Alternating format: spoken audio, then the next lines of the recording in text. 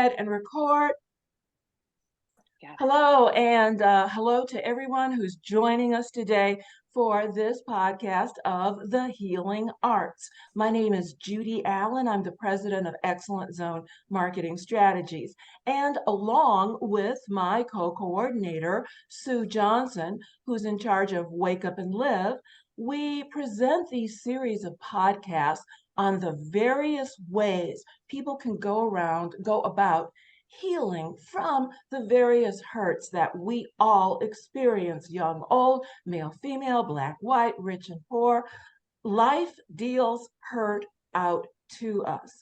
And the purpose of these podcasts is to provide a fuller range of options that are healthful and affirmative and oriented toward your healing. Our guest for today is Anna Cerveny, who will be talking about her work with therapeutic dance. I will go ahead right now and turn our conversation over to my partner, Sue Johnson.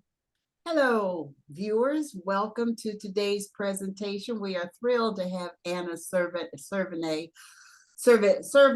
I'll get it right before the show's over. From the Cleveland Dance Project, the executive director, joining us. And as Judy said, we all are about the healing arts, and in particular, how the performing arts can help those dealing with mental health issues. And your dance group seems particularly well suited to addressing that topic with the work that you do. In fact, we're going to encourage our viewers at the end of this program to click on the links of the videos that you have provided us to show how dance can be represented in healing folks. So first of all, Anna, tell us a little bit about your background and how did you get into this business? What what possessed you to go into dancing and form your troupe to represent the dancing artists in Cleveland? Sure. So I grew up dancing from a young age. And then I went to school and got my doctorate in physical therapy. So I am a full-time physical therapist. That's my day job. But dance has always had a part of my heart, and I've continued dancing throughout my life. And as I have gotten older and further into my career, I realized that dance was a part of me that I really didn't want to lose. And I recognized in myself that dance really brought me a lot of emotional healing. It was a good outlet for all of the, trauma of everyday life, essentially. So I decided to start the Cleveland Dance Project here in Cleveland as an adult group that was an outlet for people who were beyond their high school and college years, who no longer had a dance studio that they could dance with.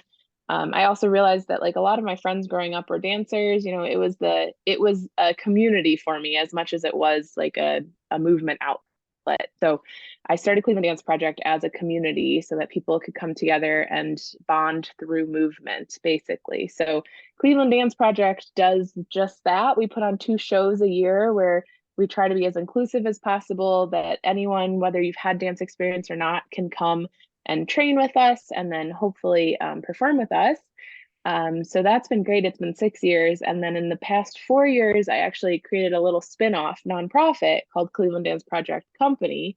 And the two get confused often. But with CDP Company, the nonprofit aspect, I kind of blend my health and wellness background with my dance background. And we do outreach to the community where we do a lot of like mindful movement type education just to get people moving, to get people up and, not sitting in front of a screen all the time, and talking about how life has affected us, and sometimes talking about it too, like as silly as it sounds, we talk about our trauma and realize that we're not alone, and it really does help. And then dancing it all out just makes it feel a little bit better. Now, I noticed one of your interesting aspects is that, yes, you do adult dancing, but you don't take professional dancers necessarily. You are open and welcome to women and I guess men. Are men involved? Oh, they are. Okay, the videos happen to be women, I think, Yes. that Yeah. our audience will see. But these women and men in your group are not necessarily professional. They're all shapes, sizes, as you've already said, colors, what have you. How did you decide to do that approach Well, as opposed to, the professionals? yeah. So, I mean, for me personally, I'm a full-time therapist, so I don't. A professional dancer is training all day, every day. And some people, like I grew up in a pre-professional dance studio, so we were training pretty seriously, but there's just no time for that anymore in our lives. So I started Cleveland Dance Project as like a casual outlet for people to just dance when they wanted to. And then with the company, we kind of dabble in the professional aspect where we're trying to compensate our artists fairly. We pay them for their time. Um, and so those dancers are more on the professional spectrum. Some of them do dance with other professional organizations. Some of them are training or in school and working towards becoming professionals. So we have kind of that full spectrum. But my goal is, especially with our community outreach, that dance is for everyone, everybody, every ability. It doesn't matter if you are in a wheelchair, if you are a professional dancer, there is something in you that is able to dance and wiggle. And I mean, we've all done it. You put on a song that you like and you just start kind of shimmying or tapping your toes, whether you want to or not. I think we're all dancers inside of us. Some people, it takes a little bit of assisted help, maybe with a drink or two first, but it's in there. Just needs encouragement. Yeah. Okay, that sounds wonderful. Something you said, dance as an outlet and your physical therapy. How did you get your group together? How did they reach you? How was it through your physical therapy work that you told folks about your dream that you had about creating this group? No, actually, so when I moved back to Cleveland, my first job, I toured with a Broadway show as their physical therapist. So I was traveling the country, and then I moved back to Cleveland, where my family is. And when I moved back here, there weren't a lot of outlets for like advanced adult dancers.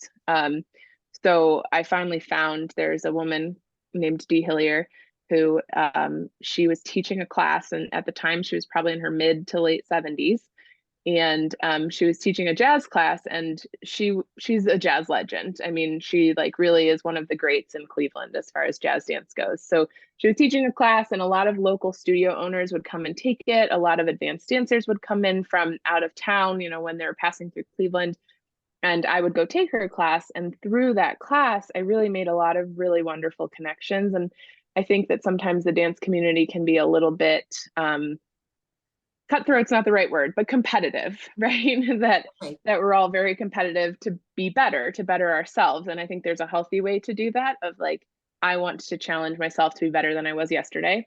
And then there's maybe a less unhealthy way to do it, of like, I'm going to be better than you at your expense, right? Mhm. And I think it's good too to look at someone and say, wow, she's great. I want to be better than her, but she's pushing me to be my best self, right? There's a healthy way to have competition. But Dee she fostered this really wonderful, beautiful community environment where everyone was working together. We were all supporting each other. And when I started Cleveland Dance Project, I took that feeling, and I told everyone around me about it. They were all really supportive. A lot of those studio owners like would give me very affordable rent prices on their studios. They, helped me spread the word. So I really used that community and took Dee's heart to heart, in creating and fostering a community that I felt was really healthy and uplifting and supportive, and really just trying to encourage people who maybe had been in an unhealthy dance environment to remind them that we're here because we love to move, not for any other reason, and that it's better when you can move with people who are kind and who are supporting your movement just as much as you them. So Uh, that's my shout out to Dee. Speaking of which, before I hope I remember my next question, but you happen to know Mary Verdi Fletcher dancing? I do. Yeah, Yeah. you were Yeah. saying about wheelchair dancers are welcome in her group She as does a well. great job. Yeah, and she's a long-standing institution. Mm-hmm. But Yep, she's an icon in Cleveland. definitely. You May I spent ask, may I jump in and ask, you mentioned mindful movement education, Mhm. Anna. Can you give me an example of what you Sure. mean by that? Yeah, so a lot of our outreach, we try to do as much mindfulness as we do movement. So we oftentimes start with, and I use my physical therapy background a lot in our outreach component. So we talk about like breathing. And I think sometimes when you say mindfulness to someone or meditation to someone, they think of like Buddha sitting cross-legged, like breathing, and they're like, I can't do that. That's too much. So I try to encourage people that mindfulness is really just a moment of being aware, and it doesn't need to be anything extensive. You don't need to take a vow of silence for 2 hours, or 3 days or whatever. You can just take one breath where you think, what does the air feel like as it's coming in through my nose? What do my feet feel like in my shoes? What do I smell right now? What do I see right now? Let me look at the sky. Just taking one moment to be mindful of your surroundings, of your body, can really help to calm your nervous system. And we know when we have chronic pain that our nervous system is heightened. So even taking that one breath can help to calm down the nervous system and decrease your pain, and can do a lot to the cascade effect, because when something starts to hurt, then we start to feel anxious about the pain. We wonder, is this going to be forever? Is something terribly wrong? That builds the anxiety more and more. The nervous system gets more and more elevated, right? So it really does help, and it feels silly to say, but those small mindful moments throughout our day can make a big difference. So we talk about mindfulness, and we talk about how movement can be very mindful, that as like sometimes we'll just walk around the space, and as we walk, I say to them, what are you feeling in your feet? What are you feeling like? Is the air kind of pushing through your cheeks right now? Let's rub our hands together. What are you feeling with your hands? So there's a lot of just like trying to bring awareness to this moment right here, right now, and not worrying about what am I doing later? What's for dinner? I just got an email. What was that? Like trying to just be in the moment right now, and then incorporating dance and movement into that. that is absolutely beautiful and ties directly into how your work helps people deal with their mental health challenges, and how they can do something practical and easy that only takes a moment and doesn't take a lot of meditative practice or high level yoga practice. And Yeah. now, when the two videos that we are including at the end of this program, how did you Mm-hmm. come up with the topics of the one was depression, the other was, what was the other one? I'm sorry, I forgot. The other one was talking about kind of the hustle culture of go, go, go, and always trying to Oh, the speed of rise to the life. top. Yeah. Mm-hmm. How Yeah. did you happen to come up with those two topics, and in particular the depression one, as it relates to mental health, matters that people are experiencing? Because that video through movement just demonstrates, how fluid it is, and of course, how it would take your mind off of your issues for the time Mm-hmm. that you are either watching it or performing in it. How'd you come up with those? Well, so the depression dance is to a poem called "Drowning" by Rudy Francisco. I actually did not come up with that. That was our artistic director, Megan Gertz. She choreographed it, had the idea for it. I think the poem itself is an incredibly strong spoken word, and just listening to it without the dancing is beautiful. And then being able to match the dancing to the depth of his message is just really incredible. So she's all the genius behind that. I can't take any credit for it, but I Okay. do think that in the dance world in particular, and I think it's becoming more and more prevalent in everyday life too. A lot of artists suffer with depression, on a varying scale, but there is something about that tortured artist.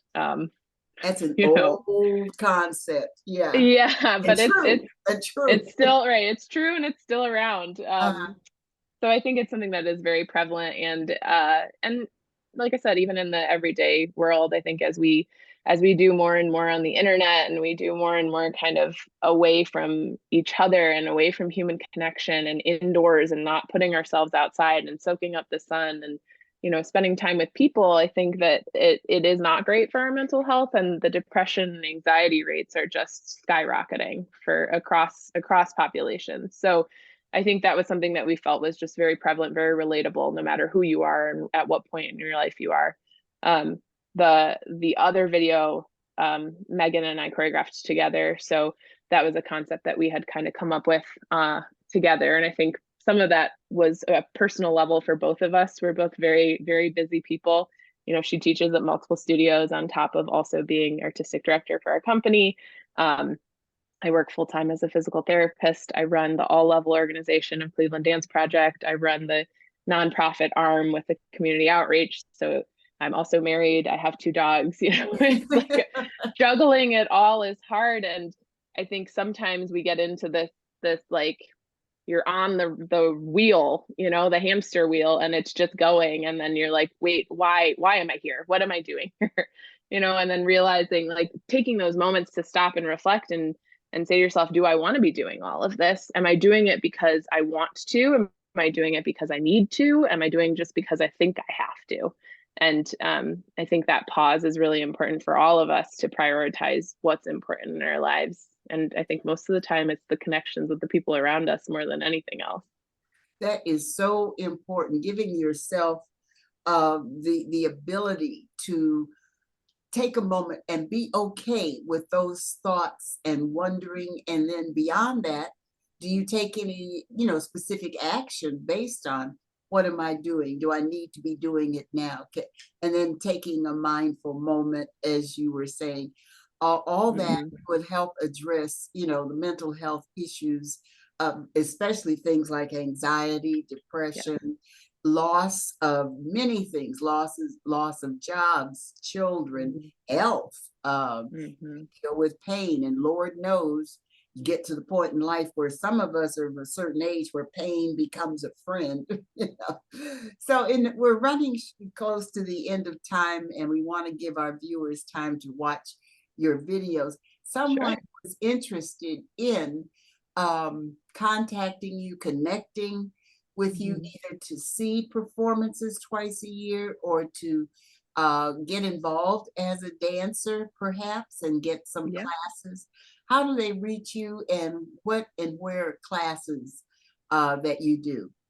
Yeah, so we actually just opened our own studio. It's Cleveland Dance Project Studios. It's in Independence, Ohio, so it's nice and central. Our website, clevelanddanceproject.com, has the whole schedule. So it is a dance studio, but it's also a fitness and a wellness studio. So we are offering community movement classes there for all abilities and all ages. And then we're also offering fitness classes, so yoga and bar and Pilates, and then of course dance classes too, for the beginner all the way up to the professional. So everything is on our website, clevelanddanceproject.com. I run all the things. So, on Instagram, on Facebook, if you message us, you're talking to me. And you can go through the contact page on that website too. And then for the nonprofit arm, it's cdpcompany.org is our website. But again, if you contact either one of them, you'll get me anyways. So I can direct you to the right place. It's always me. Yes, we'll have it posted as well. So at this point, I'm going to thank you, as well as I'm going to ask Judy to thank you for being our very special guest. Loved meeting you for having me and your work. So Judy, I'm throwing it to you for today. Well, we're going to wind down here, but once again, Anna, you are a terrific guest. We wish you full success in all of the good work that you're doing, and please keep it up. The information about Cleveland Dance Project will be in the title card of this podcast, and we encourage our viewers to access this information and contact Anna with some of their healing needs that can be addressed through dance. So at this point, we thank our viewers for joining us on this specific podcast for the healing arts, and to please come back again as we discuss other manifestations and ways to go about taking charge of your own healing. I do believe that's all for now. So thanks to everyone. Thank you, Anna. Guys. Next time.